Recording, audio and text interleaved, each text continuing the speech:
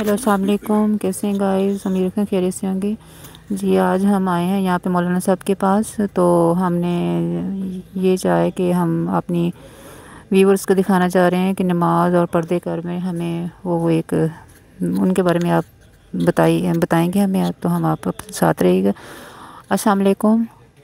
وعلیکم السلام ورحمۃ اللہ وبرکاتہ۔ جی گائز، اب ہم آپ کو بتا رہے ہیں نماز اور پردے کے بارے میں، مولانا صاحب ہمیں بتا رہے ہیں، تو آپ سنیے گا اور یقین کریے گا کہ آپ کو بہت پسند آئے گا۔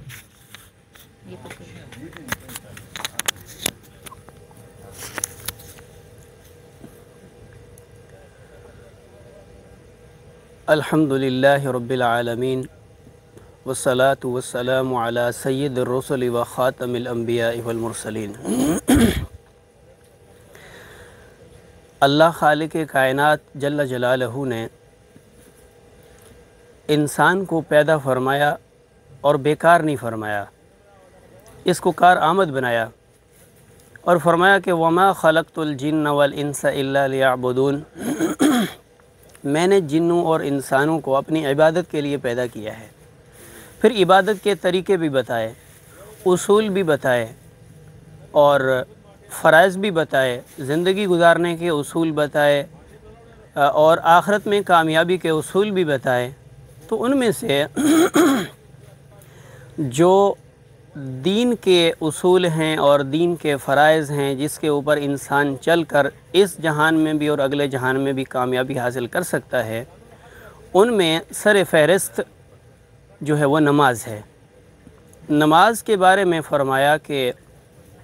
نماز اللہ تعالیٰ کا فرض ہے، اور حدیث مبارکہ میں ہے کہ جعلت قرۃ عینی فی الصلاۃ، آپ کے اور میرے نبی، کائنات کے نبی جناب محمد الرسول اللہ صلی اللہ علیہ وسلم کی آنکھوں کی ٹھنڈک ہے۔ فرمایا جو بندہ نماز پڑھتا ہے وہ براہ راست ڈائریکٹ اللہ تعالیٰ سے ہم کلام ہوتا ہے، ایسے سمجھ لو۔ آپ علیہ الصلاۃ والسلام نے فرمایا کہ جو بندہ نماز پڑھے وہ ایسا گمان کرے کہ وہ اللہ تعالیٰ کو دیکھ رہا ہے۔ اگر یہ اس کا گمان نہیں ہے تو پھر یوں سمجھے کہ اللہ تعالیٰ مجھے دیکھ رہا ہے۔ تو نماز بڑی اہمیت کی حامل عبادت ہے، بہت بڑا اللہ تعالیٰ کا فریضہ ہے، اس پر اللہ تعالیٰ کے کئی انعامات ہیں۔ نماز کے اندر اللہ تعالیٰ نے ایسی کامیابی رکھی ہے کہ جو بندہ نماز پڑھتا ہے، اللہ پاک نماز پڑھنے کی برکت سے اس کی رزق کی تنگی بھی ختم فرما دیتے ہیں، اس کی اولاد کو بھی فرما بردار بنا لیتے ہیں، اور اس کی کئی طرح سے انعام و اکرام اور اعزاز کرتے ہیں۔ میرے آقا علیہ الصلاۃ والسلام نے فرمایا جو بندہ 40 دن تکبیر اولیٰ کے ساتھ نماز پڑھے، یعنی کہ با جماعت امام کے ساتھ پڑھے، تو اللہ تبارک و تعالیٰ اس کو 2 پروانے عطا فرماتے ہیں، ایک جہنم سے چھٹکارے کا اور دوسرا نفاق سے بری ہونے کا، یعنی کہ وہ منافق نہیں ہوگا۔ تو نماز کی جو ہے اہمیت اور نماز کا حکم قرآن مقدس میں علماء کرام تفاسیر میں بتاتے ہیں کہ 500 مرتبہ یا 700 مرتبہ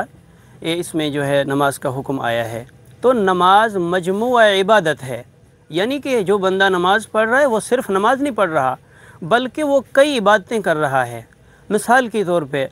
انسان کھڑا ہوتا ہے تو انسان جب نماز میں کھڑا ہو کے شروع کرتا ہے نماز، تو اس کا کھانا پینا جو ہے وہ بالکل ناجائز اور حرام ہوتا ہے۔ تو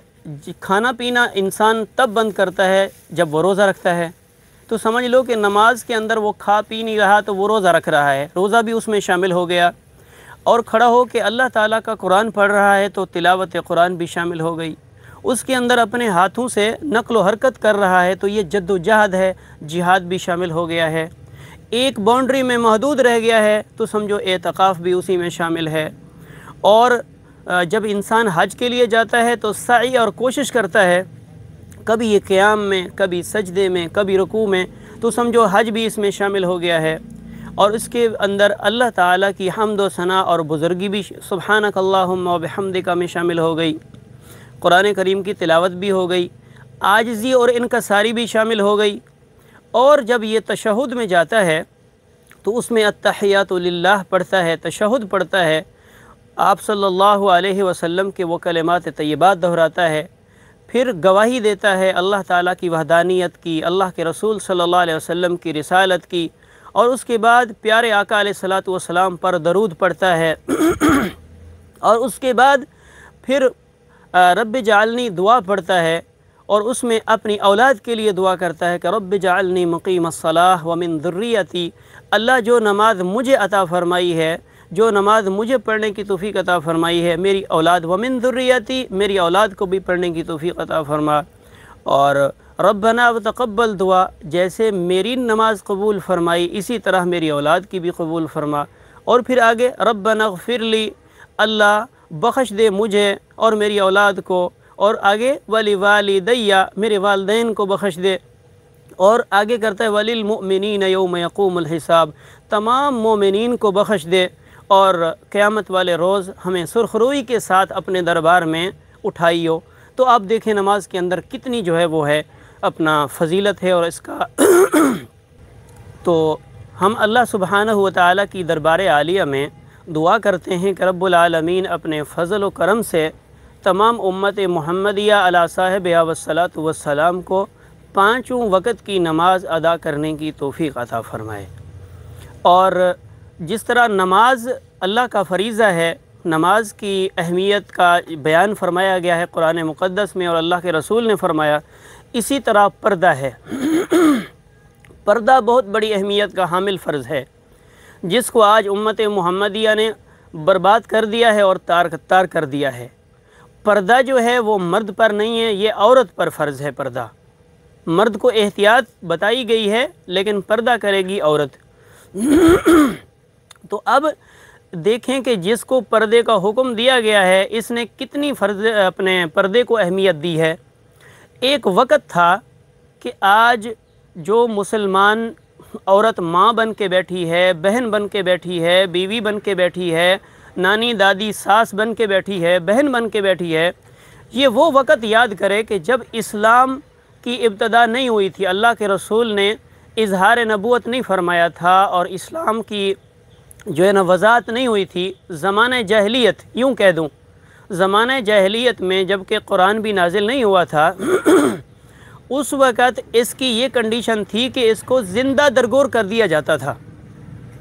اس کو کاٹ دیا جاتا تھا، اس کی کوئی اہمیت نہیں تھی، اور باقی جو دین ہیں اور مذاہب ہیں اس کے اندر اس کی کوئی حیثیت نہیں ہے۔ آج بھی دوسرے ممالک میں دیکھا جائے تو اس کی کوئی حیثیت نہیں ہے۔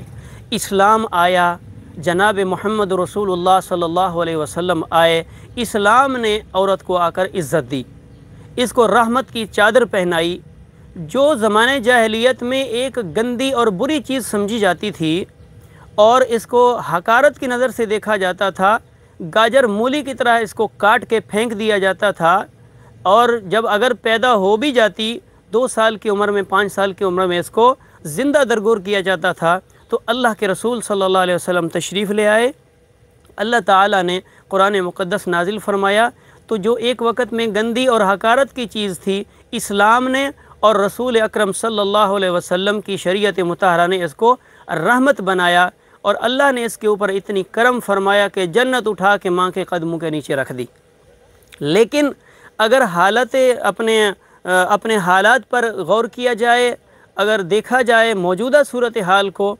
تو جس کو اللہ نے اتنی عزت عطا فرمائی ہے، بلکہ میں آپ کو عرض کروں کہ اللہ تعالیٰ نے قرآن مجید کے اندر یہ ارشاد فرمایا ہے اپنے رسول صلی اللہ علیہ وسلم کو کہ یا ایھا النبی، اے میرے محمد صلی اللہ علیہ وسلم، میرے پیارے رسول، قل لازواجک، آپ ارشاد فرما دیں اپنی زوجہ محترمہ کو، اپنی تمام جو ہے نا اہل بیت کو، جو آپ کی بیویاں ہیں ان کو آپ کہہ دیں کہ اور اس کے بعد وبناتک، اپنی بیٹیوں کو بھی کہہ دیں کہ ونساء المؤمنین، اور تمام مومنین کی عورتوں سے بھی آپ ارشاد فرما دیں کہ یدنین علیہن من جلابیبہن، آپ ایک ایسا کپڑا پہن لو، ایک ایسی چادر اوڑھ لو کہ جس میں آپ چھپ جاؤ، آپ کا جسم چھپ جائے۔ اللہ نے عورت کو چھپنے کی چیز بنائی ہے، لیکن عورت نے جو اللہ تعالیٰ کے ایک اس حکم کا مذاق اڑایا ہے، تو شرمندہ ہوتے ہیں ہم دیکھ کر اپنے آپ کو مسلمان کہلوا کے بھی، کہ آج یہ حالت ہے کہ اسلام کہتا ہے کہ باپ، بھائی، بیٹا، نانا، دادا، سسر، بھانجا اور بھتیجا، اس کے علاوہ داماد، اس کے علاوہ عورت کسی اور خونی رشتہ دار، قریبی رشتہ دار کے سامنے ہاتھ اور چہرہ اور پاؤں بھی نہیں کھول سکتی۔ ہاتھ، پاؤں اور چہرہ صرف ان رشتہ داروں کے سامنے کھولنے کی اجازت ہے،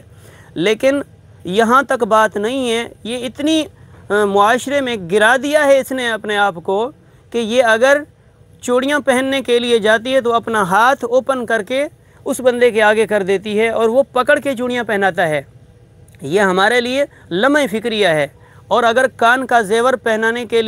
کے لیے جاتی ہے تو زرگر اور سنار کے آگے اپنا پورا چہرہ کر دیتی ہے۔ اتنی پرواہ نہیں کرتی۔ اس نے سوئمنگ پول میں جا کر کیا کردار ادا کیا ہے، اور اس نے جو اللہ نے ماں کو جنت اٹھا کے اس کے ماں کے قدموں کے نیچے رکھ دی، وہ آج میوزک گا رہی ہے۔ شریعت مطہرہ میں یہ حکم ہے کہ عورت اگر قرآن بھی پڑھے تو اس کی آواز باہر مت جائے، اس کی آواز پر بھی پردہ ہے۔ تو یہ آپ اندازہ لگائیں کہ نماز جیسی عظیم عبادت، اذان جیسی عظیم عبادت عورت کے لیے جائز نہیں ہے کہ جماعت کروائے، عورت کے لیے جائز نہیں ہے کہ قرآن اونچا پڑھے اور باہر والے سنیں، عورت کو اذان دینے کی اجازت نہیں ہے۔ جب اللہ کے یہ مقدس فرائض کو یہ سر انجام نہیں دے سکتی تو اس کو تھیڑ میں جا کر، اس کو سینما میں جا کر کس نے اجازت دی ہے؟ اس کو گانا گانے کی کس نے اجازت دی ہے؟ اس کو شادی کے موقع پر ڈانس کرنے کی کس نے اجازت دی ہے؟ یہ بھول گئی ہے محمد کریم صلی اللہ علیہ وسلم کی وفاؤں کو، یہ بھول گئی ہے فاطمہ الزہرا کے پردے کو، یہ بھول گئی ہے اہل بیت کے کردار کو۔ تو اللہ تبارک و تعالیٰ سے ہم دعا کرتے ہیں کہ اللہ تعالیٰ ہماری ماؤں کو، بہنوں کو اور تمام مومنین کی جتنی بھی عورتیں ہیں، اللہ ان کو سمجھ عطا فرمائے اور ان کو فکر آخرت نصیب فرمائے۔ اللہ تبارک و تعالیٰ تمام مسلمانوں کو شریعت محمد مصطفیٰ صلی اللہ علیہ وسلم کی اپنا خیر سوچنے کی توفیق عطا فرمائے، اس پر عمل پیرائی نصیب فرمائے۔ اللہ پاک تمام امت محمدیہ کو راہ مستقیم پر چلائے۔ البلاغ۔